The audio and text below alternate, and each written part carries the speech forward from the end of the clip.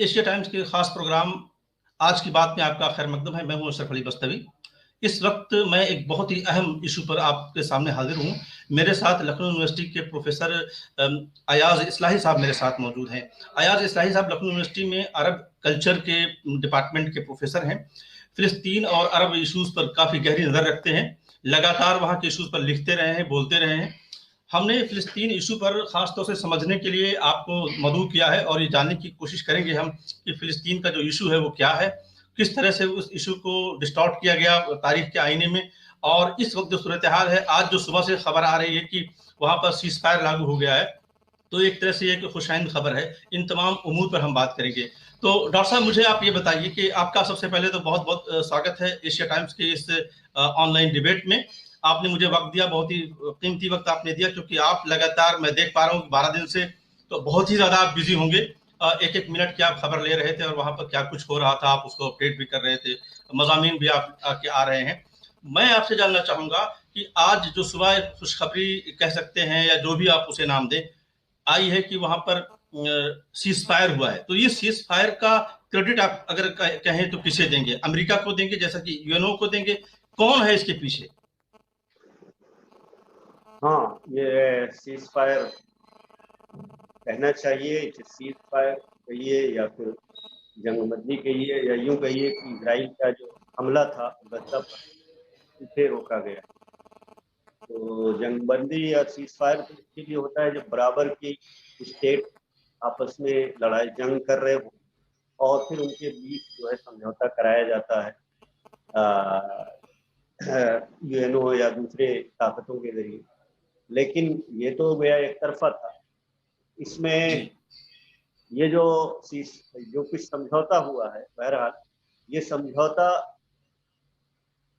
इसमें तो सबसे ज्यादा जो यूएनओ का जो दबाव था उससे ज्यादा अमेरिका का था। और अमेरिका पर भी जो दबाव था, अमेरिका ने क्यों ये दबाव डाला, वो असलन खास तौर से कुछ मुस्लिम मुल्कों और उसमें भी तुर्की का जो है अमेरिका पर बहुत ज्यादा दबाव था। तुर्की ने शुरू से, जब इसराइल ने रमजान में मस्जिद अक्सा पर रखा जुमा के वक्त और उससे पहले भी बाकायदा फायरिंग की और 200 से ज्यादा फलस्तीनियों को मस्जिद में ही जख्मी कर दिया। और उसके बाद जब हमास ने एक तरह से अल्टीमेटम फायर होता है, जो उन्होंने जिसको कहा था ना कि हम उन्होंने कहा पहले हमास ने हमला किया, ऐसे नहीं, हमास ने जी जी अल्टीमेटम जी। दिया अगर आप ये जारी रखेंगे, क्योंकि गजा जो है अलग नहीं है, वो पूरा फलस्तीन एक है, आप एक हिस्से जाहिर पर है। आप हमला करके हमारे जो 200 से 300 लोगों को जख्मी कर दोगे मस्जिद में, वो भी रमजान के वक्त, तो जाहिर है वो खामोश नहीं बैठेंगे, वो तो पूरा फलस्तीन एक है।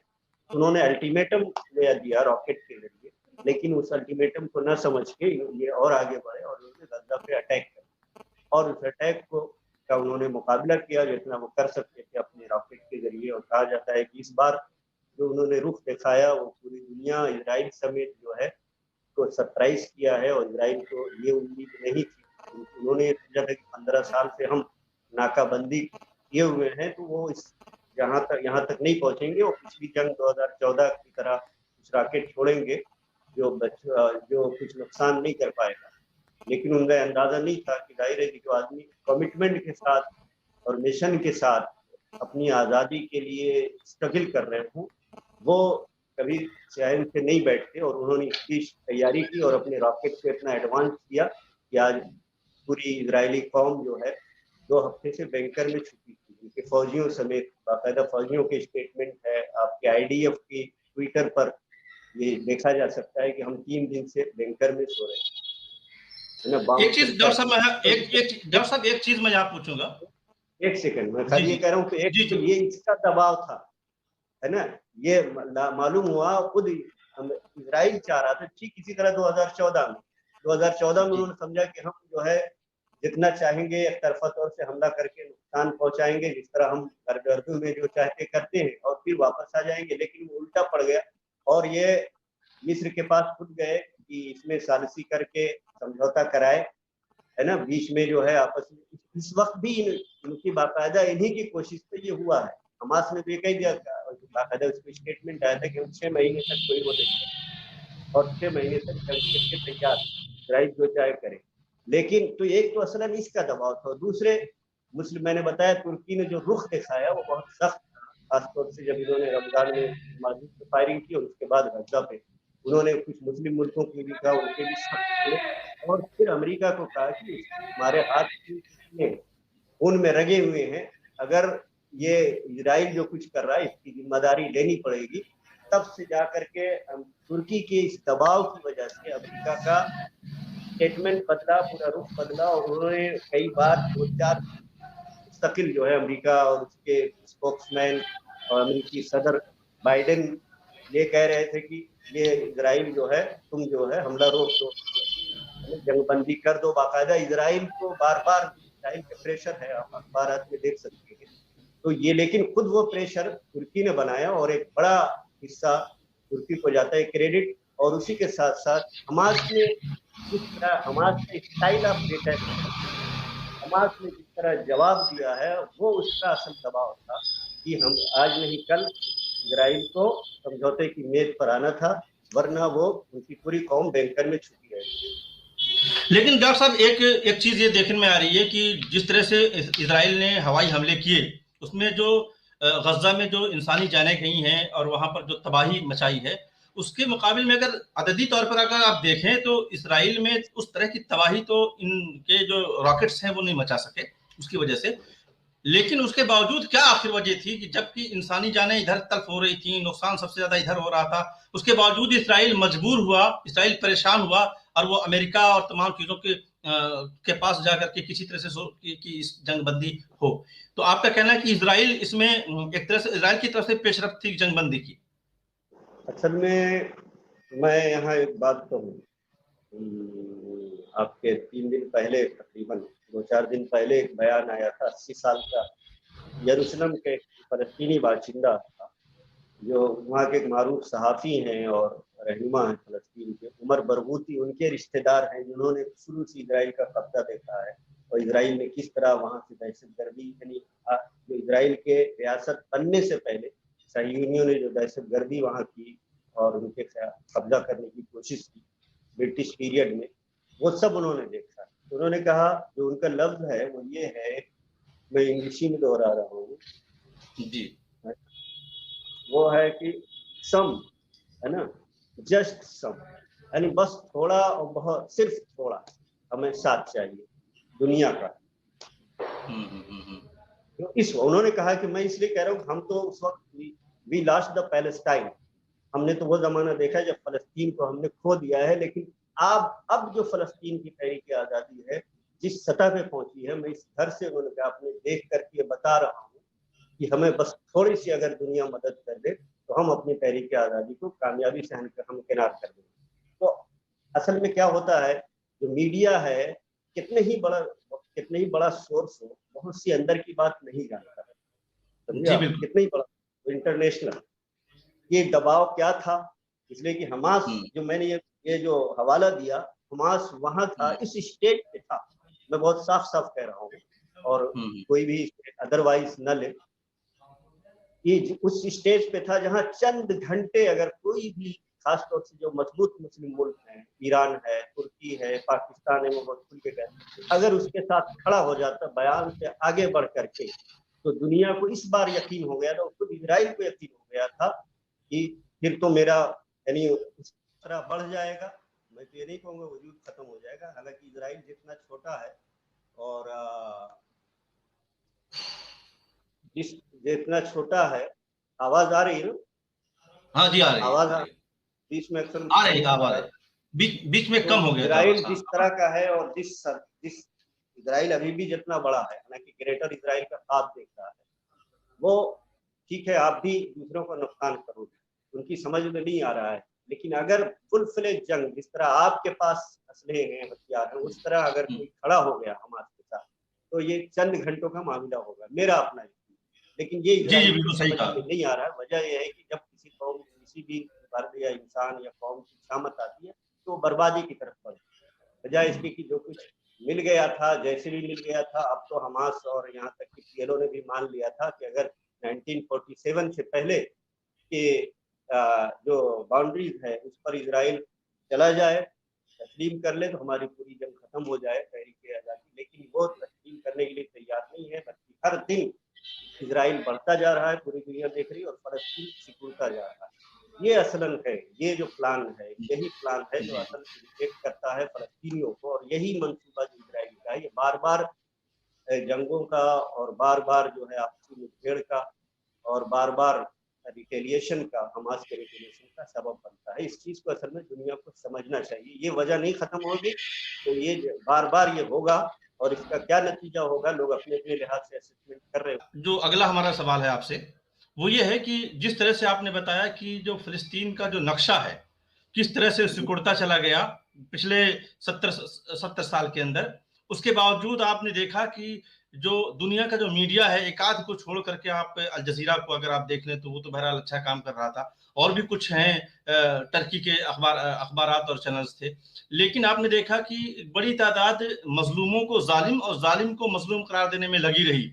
तो ये जो मीडिया का एक नेगेटिव रवैया रहा है, जो इस्तेमारी मीडिया है, उसको देखते हुए भी कि वो मजलूम है, उनकी जमीन छीनी गई है, उसके बावजूद एक प्रोपेगेंडा फैलाया जाता रहा कि देखिए साहब उन्होंने इसराइल पर हमला किया, रॉकेट दाग रहे हैं, इसलिए जो है इसराइल को मजबूर होकर के बम बरसाना पड़ रहा है। जैसा कि आपने बताया कि इसकी बुनियाद में 10 तारीख से पहले शुरुआत हो गई थी कि किस तरह से मस्जिद अक्सा में वो जुल्म ढा रहे थे नमाजियों के ऊपर। तो ये जो एक कहानी है कि किस तरह से कहानी को मोड़ दिया जाता है, और इस बारे में आपका क्या ख्याल है, कैसे आपने पाया मीडिया को खास तौर से?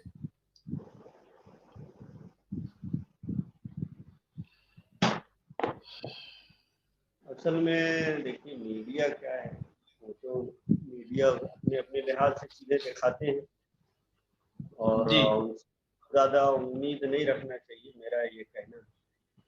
हाँ, खुद को वाकिफ होना चाहिए कि हकीकत क्या है, आगाह रहेगा आदमी तो सही इंटरप्रेट कर पाएगा, और अगर नहीं है वो खुद भी नहीं इंटरप्रेट कर पाते हैं।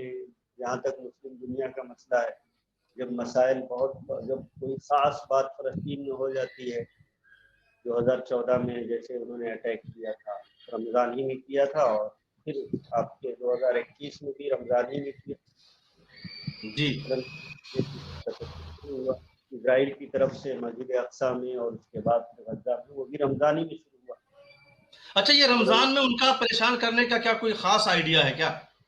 नहीं, रमजान में शायद ध्यान में रहता हो कि मुसलमान थके रहते हैं, मुसलमान रोजे से रहते हैं, बहुत एक्टिव नहीं होगा, लेकिन जो रमजान में करके उन्होंने देख लिया, पिछली बार भी इन्होंने हमला किया था फलस्तीन पर, लेकिन फलस्तीनियों ने जो है बहुत मजबूती से मुकाबला किया, और आखिर में वही उन्हीं को झुकना पड़ा, और मिस्र के सहारे समझौता की मेज पे आए, और मतलब खुद ही समझौते पे दबाव डाला, समझौता करवा दो।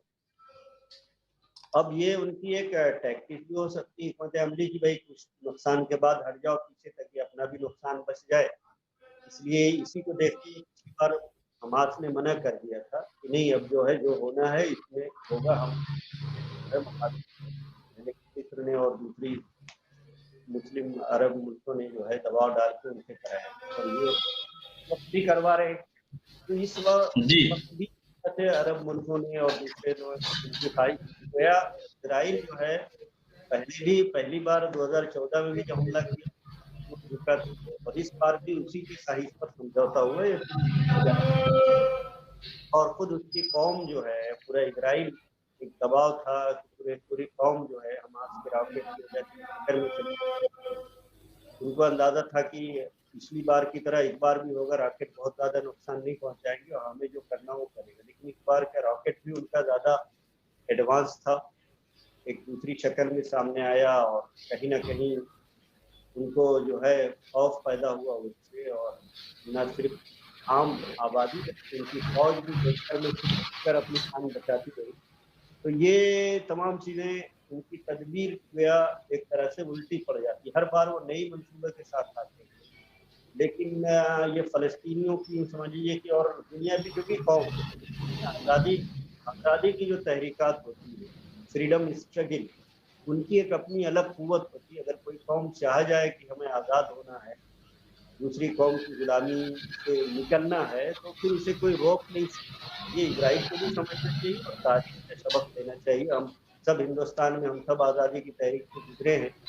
इस वक्त हिंदुस्तान ने निहत्थी आज़ादी अंग्रेजों के खिलाफ शुरू किया और धीरे धीरे बहुत चंद सालों में उनको आज़ादी मिली। फलस्तीनी ये जद्दोजहद 70 साल से कर रहे हैं और इस यकीन के साथ कर रहे हैं आज नहीं कल इजराइल जो गासबाना तौर से उनकी जमीन पर कब्जा किए हुए है और हर नए दिन वो नई जमीन पर कब्जा किए जा रहा है और इस नियत से चाह रहा है कि इजराइल खत्म, एक दिन फलस्तीन खत्म हो जाएगा और ये हम पूरे फलस्तीनी जमीन पर इजराइल रहेगा, बल्कि उनका उससे आगे मंसूबा है। तो ये असलन वो किसी और मंसूबे के साथ आते हैं, लेकिन फलस्तीनियों का जो तरह से करेज है, जो हिम्मत है, जो हौसला है, जो अपने मिशन के साथ उनका कमिटमेंट है, वो उन्हें हर बार नाकाम कर देता है। इसी कमिटमेंट को उन्होंने इंतिफादा का नाम दिया। वो अपने जोश, अपने मिशन, अपने हौसले के साथ उठ खड़े होते हैं, जो भी उनके पास सामान होता है। लेकिन वक्त गुजरने के साथ ये कोई अक्सर सोचता है कि वो पत्थर सिर्फ फेंकेंगे, तो ये भी उनकी गलतफहमी है ना। पत्थर का दौर था जब था, लेकिन अब तो रॉकेट का दौर है और आगे जाहिर है वो भी अपने आगे बढ़ता है। हम एडवांस होते जाए, अमेरिका की F-16, अमेरिका की F-35, ये भी समझ लीजिए, मैं बात में ये कह दूँ, ये गलतफहमी है। हमारे अपने लोग कहते हैं कि भाई हमें इजराइल की तरह टेक्नोलॉजी में आगे बढ़ना पड़ेगा तालीम में, तब जाके हम उसका मुकाबला करें। एक तो यह है कि रिलेवेंट बात करने का कोई फायदा नहीं होता है, जब जो मसला हो उस लिहाज से करना चाहिए। टेक्नोलॉजी तालीम अलग मसला है, लेकिन मैं उसको भी जरा सा उसका वो जो फ्रेम है, इजराइल फ्रेम देने में बहुत आगे है और वो माइंड गेम खेलता है, अपने को एक डोमिनेंट पावर के तौर से साबित करना चाह रहा है और दुनिया जानती है कि वो पांचवी बड़ी ताकत है, पांचवी बड़ी अस्करी ताकत है, military power, 5th military power दुनिया की मानी जाती है। ये उसके अपने प्रोपेगेंडा का नतीजा है। इसी तरह इकोनॉमिक पावर है, लेकिन मसला ये है कि अमेरिका से मदद नहीं आए, इजराइल सर्वाइव नहीं कर पाता। अमेरिका से जो है जंग हो रही हो और वहां से फौजी साजो सामान नहीं आए, तो इजराइल की जंग कंटिन्यू नहीं रह सकती। आपको मालूम है अभी जो है अरबों का आपका सामान, बिलियन का जो सामान है, बल्कि उसमें अमेरिका में बहस चल रही है। सदर ने उसकी मंजूरी दे दी, लेकिन वहाँ के जो आपके कांग्रेस के जो मेंबर है वो डेमोक्रेट्स, वो बाकायदा डेमोक्रेट्स मुजाहरा कर रहे हैं और एक आदमी जो है उसके खिलाफ बिल ला रहा है। ये जंग हो रही हो और उस जमाने में और मासूम मर रहे हो, तो हम एक दूसरी किसी मुल्क को फौजी सामान भेजें, ये सही नहीं है। तो बाकायदा वहाँ के पार्लियामेंट में इसके खिलाफ एक बिल ला रही है। अभी इसका मतलब क्या है कि इजराइल, वो तो दुनिया जानती है कि भाई हमास बहुत पीछे, हमास पीछे है, फलस्तीनी पीछे। फलस्तीनी तो ये मान के चल रहे जो कुछ हमारे पास है हम उसी से मुकाबला करेंगे, लेकिन हम गुलामी कबूल नहीं करेंगे। लेकिन ये कौन से? F-16 अमेरिका का है, F-35 लाइटनिंग अमेरिका का है, समझिए, ये इजराइल ने नहीं बनाया है। और पैट्रियट मिसाइल अमेरिका के, जितने वहां के बड़े मिसाइल है वो अमेरिका से आ रहे हैं।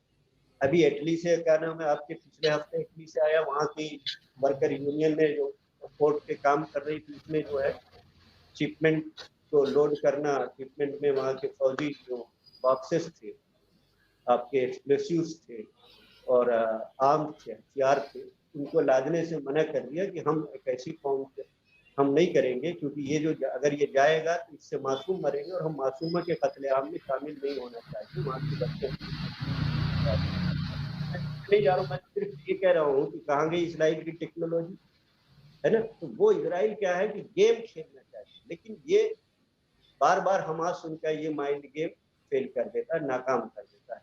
और इस माइंड गेम को फायदा क्या लेना चाह रहे हैं, इसमें उसकी सुनी। इजराइल तो उनकी हकीकत को जानता है, इसलिए कि दुश्मन की हकीकत को जानता है। इजराइल जिस तरह ये मूसाद को भी इजराइल ने नाकाम कर दिया, समझे आप। मूसाद दुनिया की क्या है कि सबसे बड़ी और खतरनाक आपके खुफिया एजेंसी मानी जाती है, लेकिन इस तरह वो रखते उसने अपने महदूद वसाइल के साथ, बहुत लिमिटेड रिसोर्सेज जो है हमारे, वो उनको जो है मोहम्मद ज़ैफ को जिन्होंने अरेस्ट करने की, हर बार कोई वही मोहम्मद ज़ैफ है जिसने आपके रॉकेट को इतना एडवांस कर दिया कि आज हमास और गजा और फलस्तीनी जो है इजराइल का मुकाबला कर रहे हैं। वो इजराइल जो अमेरिकी हथियारों से भरा पड़ा है। तो ये क्या कह चाहते क्या है इससे, यानी अपने को सुपर पावर, अनडिफिटेबल क्यों साबित करना है, नाकाबिले शिकस्त इसलिए साबित करना चाह रहे हैं कि आसपास का कोई जो मुस्लिम मुल्क है वो हिम्मत न करे। एक तो ये स्ट्रेटजी है जो साइकोलॉजिकल गेम खेलते हैं, दूसरी स्ट्रेटजी अमेरिका के जरिए उन्होंने हासिल की कि पूरे इलाके को कमजोर कर दो, जब भी कोई बहाना मिले बमबारी करके कमजोर करो। कोई मुल्क आसपास ऐसा मजबूत ना रहे, इस पोजीशन में ना रहे जो इजराइल का मुकाबला कर सके। ये तो उनको तवक्को नहीं थी कि खुद फलस्तीनी का एक हिस्सा इतना मजबूत होकर उभर जाएगा जो उनको बराबर का मुकाबला करेगा, बराबर की टक्कर देगा और उन्हें समझौते की मेज पर आने पर मजबूर कर देगा। तो इस माइंड गेम का नुकसान ये हुआ है, मैं दुनिया के सामने वादे कर देता हूँ। मुस्लिम मुल्क के सामने, मुस्लिम मुल्कों में बैठ गया है कि इजराइल बहुत ताकतवर, टेक्नोलॉजी में, हथियार में उसे शिकस्त देना मुश्किल नहीं। हमास ने तो बता दिया कि इजराइल कितना ताकतवर है ना, दुनिया के सामने बता दिया। अभी नए नए ये हो रहे हैं, मैं पढ़ रहा हूँ, नए नए असेसमेंट हो रहे हैं, मीटिंगें हो रही हैं, एक्सपर्ट और एनालिस्ट सियासी जो इंटरनेशनल एनालिस्ट हैं वो बैठ करके गौर कर रहे हैं इसके आपके कॉजेज और कॉन्सिक्वेंसेस पर, असबाब और नतायज जो कुछ ये हुआ है, और आखिर इजराइल वो हमास यहाँ तक कैसे पहुंचा, आगे क्या हो सकता है, इस पर गौर फिक्र हो रहा है। तो ये बहुत हाँ, लेकिन इजराइल की स्टोरी नहीं बताएंगे। अलबत्ता इस हमारी जो है ये समझने में नाकाम रही है, और अगर ये समझने में कामयाब होती और कम अगर नहीं हुई है तो कम से कम अब समझ जाना चाहिए इस मुकाबले के बाद ये जो नया ताज़ा हादसा हुआ है, जो तशद्दुद का नया दौर इजराइल की वजह से शुरू हुआ, इसकी बुनियाद पर इसका अगर एक फायदा पहुंच सकता है तो ये कि मुस्लिम मुल्क ये समझ जाए कि इजराइल नाकाबिले शिकस्त नहीं है। हमास के लिए और फलस्तीनियों के लिए तो कभी नहीं था, लेकिन मुस्लिम मुल्क ये नहीं समझ पा रहे थे। अब हमास ने ये बता दिया कि इजराइल काबिल शिकस्त है, अगर चंद घंटे कोई मुल्क हमारे साथ खड़ा हो जाए तो हम इसे ऐसी शिकस्त दे सकते हैं, या तो ये 1947 से पहले की हदूद में चला जाएगा, और या तो फिर इसे वजूद को ही बचाना मुश्किल हो जाएगा। ये असल है, ये जिस दिन कोई मुस्लिम मुल्क समझ जाएगा, मैं आपको गारंटी देता हूँ कि फलस्तीनियों की जद्दोजहद आज़ादी के सामने इजराइल बहुत दिनों तक नहीं बल्कि बहुत देर तक नहीं।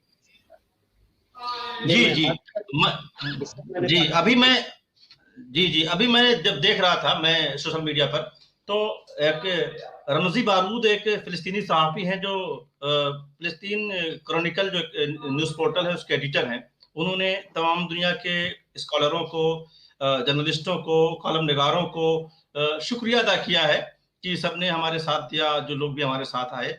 लेकिन उन्होंने एक बात और कही है कि लड़ाई, हमारी जो आज़ादी की लड़ाई है वो बहुत लंबी है और बहुत कुछ कुर्बानियां लेते हुए ये हमें मिलेगी, लेकिन हम सही ट्रैक पर हैं। तो ये जो उनका कहना है कि जो सही ट्रैक जिसकी वो निशानदेही कर रहे हैं, जो बातें आप बता रहे हैं कि किस तरह से वो हमास मजबूत होकर के उभरा है, जो इसराइल और पूरी दुनिया को भी तवक्को नहीं थी। तो हमास की इस मजबूती के पीछे क्या चीजें, अंदर से क्या चीजें रही हैं, क्या कुछ बाहर से भी उनको कहीं से कोई मदद, जैसा कि अलग अलग मुल्क अपना दावा भी करते हैं कि हमने मजबूत किया, ऐसा क्या है? और इसमें पूरे मामले में ईरान कहाँ नजर आता है आपको? असल में मजबूत हमास ने, पहली बात तो ये जहन में वाज़ेह बात रखिए और सबको रखने में ये बात हमारे क्लियर रहनी चाहिए कि हमास की जो लड़ाई है वो अपने दम पर है। मैंने कहा ना, फलस्तीनियों ने फ्रॉम द स्टोन इंतिफादा टू द रॉकेट इंतिफादा, it is the Palestinian struggle, है ना, which is giving them success। ये फलस्तीनी जद्दोजहद है, पत्थर की इंतिफादा से लेकर रॉकेट इंतिफादा तक, जो उन्हें कामयाबी दे रही है। ये किसी और की, उनकी कामयाबी किसी और की मरहून मिन्नत नहीं है, ना किसी की देन है, जिसने उन्हें दिया है, ये उसकी भी ज़रूरत है। अगर कोई अरब, कोई मुस्लिम मुल्क कुछ देता है, एर्दोगान के अल्फाज में जो 19 मई को उन्होंने कहे थे, बहुत सख्त अल्फाज इस्तेमाल किए थे और मुस्लिम दुनिया को मजम्मत करते हुए, क्योंकि वो उनको लग रहा था कि मैं जिस तरह आवाज़ उठा रहा हूँ, दूसरे मुल्क अगर आवाज़ उठाएं मुस्लिम दुनिया, तो हम न सिर्फ ये है कि इंटरनेशनल फोरम पर डिप्लोमेटिक सफारती तौर से फलस्तीन का साथ दे सकते, बल्कि वक्त आने पर मुत्तहिद होकर के हम कोई पीस कीपिंग फोर्स या इस तरह की कोई चीज अपनी फौज वहां उतार सकते हैं, ताकि ये जो डेली का जो फलस्तीनियों का कत्लेआम है, डेली जो रोजाना का जो जुल्म है फलस्तीनी सामना कर रहे हैं, उससे उनको निजात मिल सकती है। तो गोया मुझे लग रहा है कि उन्हें अपनी उस कोशिश में बहुत ज्यादा कामयाबी मिली हुई, इसीलिए बहुत ही सुझलाते हुए जो परसों उनका 19 मई को बयान था जो दुनिया के सामने आया, जो अल्फाज हैं वो आप सुन लीजिए। वो ये कि अगर ये वो फलस्तीनी जो इजराइल के जुल्म के तहत के नीचे चीख रहे हैं, अगर इन चीखों को वो तो वो से कौन मुराद है समझ जाइए, ये लोग इसी तरह नजरअंदाज करते रहे तो फिर ये उन्हें ये उनकी बर्बादी का भी सबब बनेगा। समझे? गोया ये फलस्तीन तक जी जी, नहीं रहेगा। बिल्कुल ये सही, जो बिल्कुल सही। इसराइल का जो मंसूबा है, जो कब्जे का मंसूबा है, वो बाकायदा उनकी उनकी पार्लियामेंट की पेशानी पर लिखा हुआ है, दूसरी जगहों पे लिखा है, Israel your boundary from Nile to forest, यानी आप इजराइल तुम्हारी सरहद नील से फुरात तक है। ये उनका ड्रीम है, ओल्ड ड्रीम। फ्रॉम नील से फुरात तक इजराइल की सरहद है, ग्रेटर इजराइल, अजीम इजराइल का जो उनका मंसूबा है वो है जॉर्डन वैले पर कब्जा। समझे? पूरे आपके जी जी, इराक का पूरा इलाका नील से फुरात तक आप समझ सकते हैं कि पूरा कवर हो जाता है, मिस्र बिल्कुल सही। समेत। अलबत्ता वक्त के साथ वो सबको अपना अपना निशाना बना रहे हैं। सबसे पहले जाहिर सबसे पहला निशाना उनका फलस्तीन था। अलबत्ता उनको नहीं लगा, उनको इतना उम्मीद नहीं थी कि पहला निशाना, यूं कहिए कि पहले मोर्चे ही पे उनको 70 साल लग जाएंगे और फलस्तीनी उन्हें आगे नहीं बढ़ने देंगे। अगर दुनिया साथ नहीं देगी तो पत्थर उठा के मुकाबला करेंगे और फिर वक्त आएगा तो अपने रॉकेट से हमारे बड़े मिसाइलों का मुकाबला करेंगे। तो ये ये आवाज अपने आप दम पर, आपके बात का ठीक मैं है। जवाब दे रहा हूँ, अपने दम पर लड़ रहे हैं। अलबत्ता जो मैंने जैसा कि इर्तिगान साहब को कोट किया, जो मदद कर रहे हैं ये उनकी जरूरत है। बहुत देर में जो थोड़ी बड़ी मदद कर रहे हैं, अगर ये पहले किए होते तो वो भी कम कर रहे हैं। जिस तरह करना चाहिए, जिस तरह फलस्तीन के साथ खड़े होना चाहिए, मैंने कहा कि अगर सही में वो खड़े हों तो इजराइल बहुत, ये समझ लीजिए कि बहुत देर तक या बहुत दिनों तक नहीं टिक सकता। वो मजबूर हो जाएगा या तो 1947 की सरहदों जो सर उसे दी गई थी वहां तक जाने में, या तो हो सकता है उससे भी हो जाए। कभी कभी आदमी की या कौमों की शामत आती है तो वो बर्बादी की तरफ बढ़ते हैं। मुझे लग रहा है कि इजराइल, ये मैं बहुत संजीदगी से कह रहा हूँ, बगैर किसी तासुब के, बगैर किसी मुबालगे के कह रहा हूँ, बहुत सोच समझ के मैं बयान दे रहा हूँ। इजराइल अरब जो इजराइल अपनी बर्बादी की तरफ बढ़ रहा है, जैसे जैसे वो कब्जे की नीयत है ना मंसूबा आगे बढ़ा रहा है, जैसे जैसे वो फलस्तीनियों के खिलाफ नए नए जराइम लेके आ रहा है। कल जो है आपके, आज गरब अर्जुन है, कल जॉर्डन वैले, आपको मालूम है जॉर्डन वैले को इजराइल में जम करने का पूरा मंसूबा था। जी जी और जी, इमारात ने इसी को बहाना लेकर के कि वो मुलतवी कर दे तो हम उसका सफारती ताल्लुक कायम करेंगे। मुलतवी करना तो कोई बात नहीं, वो तो आज मुलतवी कर दे कल खत्म करे। दूसरी बात ये है कि आपको सफारती ताल्लुक कायम करना है, आप कीजिए। आपके सामने आप क्या है दुनिया के सामने, अरब क्या है, कितना खड़े हैं फलस्तीन के साथ और कितना खड़े हैं इसराइल के साथ, ये दुनिया के सामने है। इसमें बहानेबाजी की जरूरत नहीं है। जिसको सफारती ताल्लुक कायम करना हो इसराइल के साथ, वो खुशी से करे। फलस्तीनी अपने दम पे लड़ते रहे हैं, अपने दम पर लड़ेंगे और इंशाल्लाह वो कामयाब होंगे। अलबत्ता मैं ये जो कह रहा हूँ ना, इसराइल अपनी बर्बादी की तरफ बढ़ रहा है, तो जो इसराइल का साथ देंगे वो भी अपनी बर्बादी की तरफ। बेहतर ये है अच्छा डॉक्टर इसराइल साहब, जी जी, बर्बादी से रोका जाए और जो साथ दे रहे हैं, चाहे अरब मुल्क हो जो इसराइल को मासूम समझते हैं, या अमेरिका हो या ऑस्ट्रेलिया हो जो इसराइल को मासूम समझते हैं और राइट टू डिफेंड जो उसे दे रहे हैं, ये बाकायदा सऊदिया के आपके शहजादे मोहम्मद बिन सलमान भी यही लफ्ज इस्तेमाल करते हैं, इसराइल को भी जीने का हक। ये किसने कहा कि जीने का है, लेकिन इसराइल को पूरी दुनिया पे कब्जा करने का हक है, तो ये जीने का हक अलग है और कब्जा करने का हक जी अलग बिल्कुल बिल्कुल है। सही कहा, कब्जा करने का कोई अलग। नहीं देता है और ये फलस्तीनियों के लिए काबिल कबूल नहीं है। इसी बुनियाद पे जो आपने कहा कि वो सही ट्रैक पर है, वो अपनी जद्दोजहद जारी रखें और उन्हें उम्मीद है कि उन्हें कामयाबी मिलेगी। मैं आपके अगले एर्दोआन जब सवाल जी जी, मैं एर्दोआन जब चाहूंगा सामने आते हैं, एक मिनट बताएं सर, बताएं, कुछ कह रहे मैं थे। चाहूंगा कि आपके सवाल पता नहीं उस वक्त है कि मैं नहीं, मैं मैं कह रहा था चाहूंगा कि कि मैं, ये हाँ बताऊं मैं, कि जो कब्जे की बुनियाद है ये क्या है और इसराइल का जो अभी जो मंसूबा है वो क्या है और हमास कहाँ तक उनको पहुंचा रही, तो इसमें थोड़ा सा आना चाहिए। ठीक है, बताएं। तो मैं चाहता हूं कि दुनिया ये समझ जाए कि ये इसराइल का कब्जा है क्या, या यूं हम्म। कहिए कि इसराइल क्या है। कब्जा तो हम कह रहे हैं, वो तो कहेंगे कब्जा गलत है, लेकिन इसराइल क्या जी है, जी। से जीने का हक जो लोग यानी राइट टू डिफेंड दे रहे हैं या जीने का हक दे रहे हैं, वो कितना मसला को समझ रहे हैं या जानबूझ के उसे अंदाज कर रहे हैं। और जो लोग नहीं जानते हैं उन्हें भी जानना चाहिए कि आपको मालूम है कि 1947 में इसराइल का वजूद हुआ, उससे पहले बाल्फोर एग्रीमेंट हुआ। बाल्फोर समझौते के तहत इसराइल को अमेरिका और खासतौर से इंग्लैंड ने और एलाइड फोर्सेस ने, जो वर्ल्ड वार सेकंड में मुत्तहिदा ताकत थी, उन सबों की ख्वाहिश पर इसराइल ये और उनकी कोशिशों से, या यूं कही कि वर्ल्ड जायनिस्ट ऑर्गेनाइजेशन, तो यहूद सहूनियों की जो आलमी तंजीम थी, उन्होंने मिल करके बाकायदा ये कहा कि हमें फलस्तीन की जमीन चाहिए, तो उन्होंने बाहर एक मुआहदा किया जिसे बाल्फोर कहते हैं। लेकिन 1947 में फिर उसे यूएनओ ने उनको बाकायदा तस्लीम कर लिया रियासत को। उससे पहले क्या था इसराइल, जब इंग्लैंड के कब्जे में जी था, जी जी इंग्लैंड जी। के कब्जे, ब्रितानिया के कब्जे में फलस्तीन आया।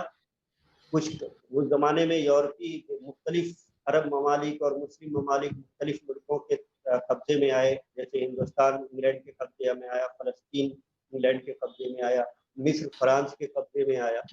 तो ये तमाम जो है वो कॉलोनियों का दौर था और ये जो है इस्तेमारियत का दौर था। उसमें जो है एक इस्तेमार ने एक दूसरा छोटा इस्तेमार समझ लिया कि पैदा कर दिया। बरतानवी इस्तेमार ने एक साहियूनी इस्तेमार जो है जी जी दुनिया के तौर से दिया, और उन्होंने पहले तो वो नहीं तैयार थे, लेकिन सहूनियों ने इतना दबाव डाला माशी तौर से, समाजी तौर से, यहाँ तक कि दहशत गर्दी करके। ये दुनिया को जानना चाहिए कि इसराइल जो है फाउंडर ऑफ टेररिज्म है। मैं ये बता रहा हूँ कि कैसे है, मैं अपनी तरफ से नहीं कह रहा हूँ। 1920 में आपके ईस्टर्न है, हगाना है, आपके इरगुन है, ये वो तंजीमें थी जो इसराइल की बाकायदा दहशतगर्दी के लिए बनाई गई थी। जा करके फलस्तीन में दहशतगर्दी करें, उसका दो निशाना था। एक तो बरतानवी हुकूमत मजबूर कर दें कि उन्हें जमीन देने पर मजबूर हो जाए फलस्तीन में, और दूसरी तरफ वहाँ वो टेरराइज करें फलस्तीनियों को और उसकी वजह से वहां से छोड़ के भागे। आपको मालूम है कि 1947 से पहले ही 1920 में ये ज्यादातर तंजीमें 1920 में बन गई, और उन्होंने बाकायदा वहां वो जहाज जिससे, क्योंकि जहाज वो जो पानी के रास्ते थे, समुद्री रास्ते थे जी। और दूसरे रास्ते थे, वहां बरतानवी फौज थी, तो उन्होंने बाकायदा एक मंसूबे के तहत, ये आपके इंसाइक्लोपीडिया ब्रिटानिका में, जिसे चाहे वो जाके देख ले, आज भी लिखा है। इन्होंने जहाजों को जहां और क्या नाम है आपके सड़कों को, इनके फौजी अड्डों को बाकायदा दहशतगर्दी का निशाना बनाना शुरू किया। वहां बम फोड़ते थे और उनको टेरराइज करते थे, आबादी को भी और बरतानवी क्या नाम है फौजियों को। और तो ये एक तरह से दबाव बनाना था। ये लफ्ज इस्तेमाल हुआ टेररिज्म इंसाइक्लोपीडिया, जो कि उसने बड़े एहतियात से एक जगह लिखा है शुरू में बचते बचाते कि ये तंजीमें सहयूनियों के एक वतन देने के लिए बनी थी। और फिर वो, लेकिन दहशतगर्दी का इन्होंने उस वक्त जो तरीका अपनाया था, उस वक्त ये सहयूनी दहशतगर्दी थी, और वो दहशतगर्दी आज उस वक्त भी फलस्तीनियों ने उसका सामना किया।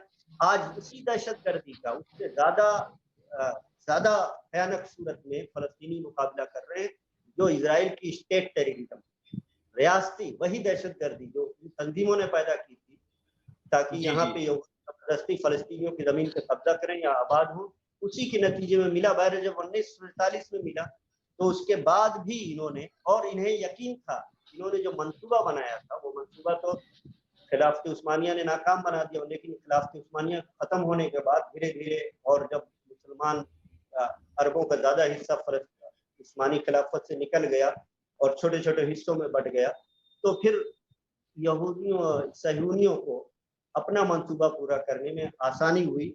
और उसका जो हीरो था, उसका जो इजराइल का मेमार कहा जाता है, यही लफ्ज है, आर्किटेक्ट ऑफ इजराइल, आपको मालूम है वो थियोडर हर्जल, उसे भी यकीन था ये जो मंसूबे हमने बनाए हैं उसके, दहशतगर्दी का मंसूबा, दबाव डालने का मंसूबा, माशी तौर से ब्लैकमेल करने का मंसूबा, कि जंग अजीम, दोनों जंगों की वजह से, जंग अजीम की वजह से जो ममालिक, यूरोपीय ममालिक माशी तौर से कमजोर हैं या उन्हें पैसे की जरूरत है, तो यहूदी तंजीमें उन्हें पैसे से एक तरफ मालामाल करें और उन्हें उसके मुकाबले में ये उनको वतन दें।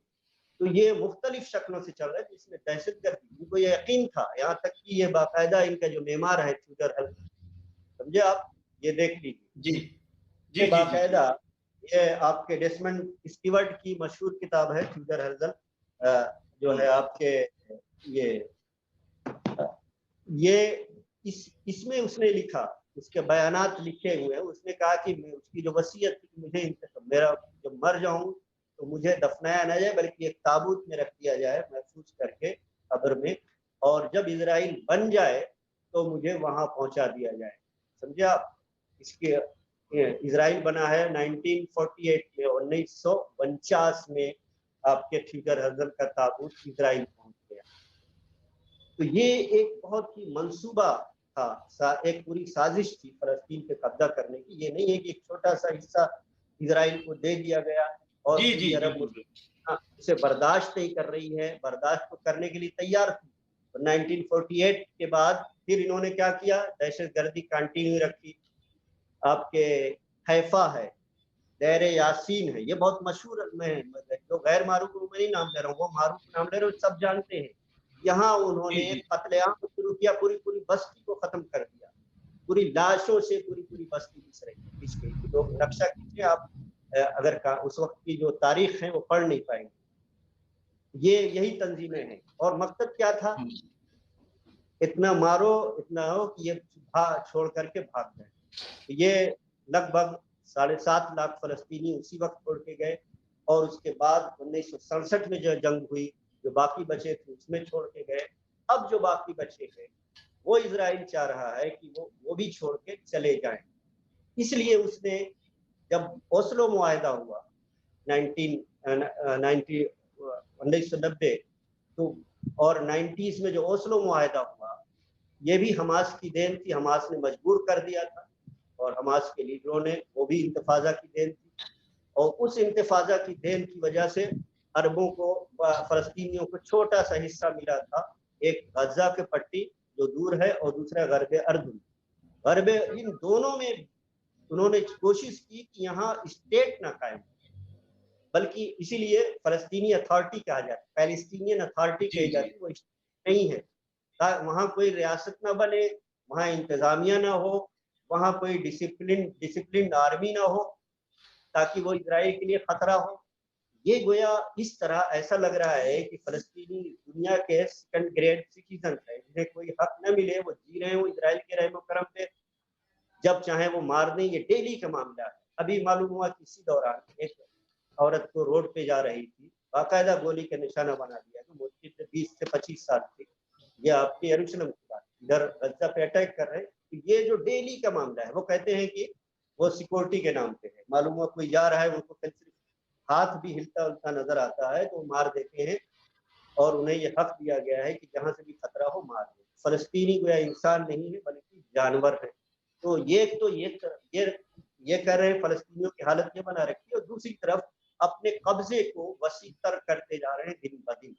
तो गरबे अर्दुन क्या है? गरबे अर्दुन तो कहने को तो हमास ने एक तरह से, महमूद अब्बास ने जब इंतखाब नहीं कराया दोबारा और हमास को जीत हासिल हुई थी, तो हमास ने गज्जा पे अपने कंट्रोल को मजबूत कर लिया, और अगर वो मजबूत नहीं करती तो गरबे अर्दुन की तरह गज्जा के भी हाल होता। गरबे अर्दुन का हाल ये है कि कोई भी किसी भी घर में फौजी, इजरायली फौजी किसी वक्त भी जा सकते हैं। अक्सर वो रात के 12 बजे, रात के 2 बजे, औरतें हैं, बच्चे हैं, उनको जाके धमकाते हैं, ढकेलते हैं, नौजवानों को उठा के ले जाके अरेस्ट कर लेते हैं। और इसके लिए उनका एक काला कानून बना है जो दुनिया में काले कानूनी के नाम से जाना जाता है, एडमिनिस्ट्रेटिव डिटेंशन, यानी इंतजामी हिरासत।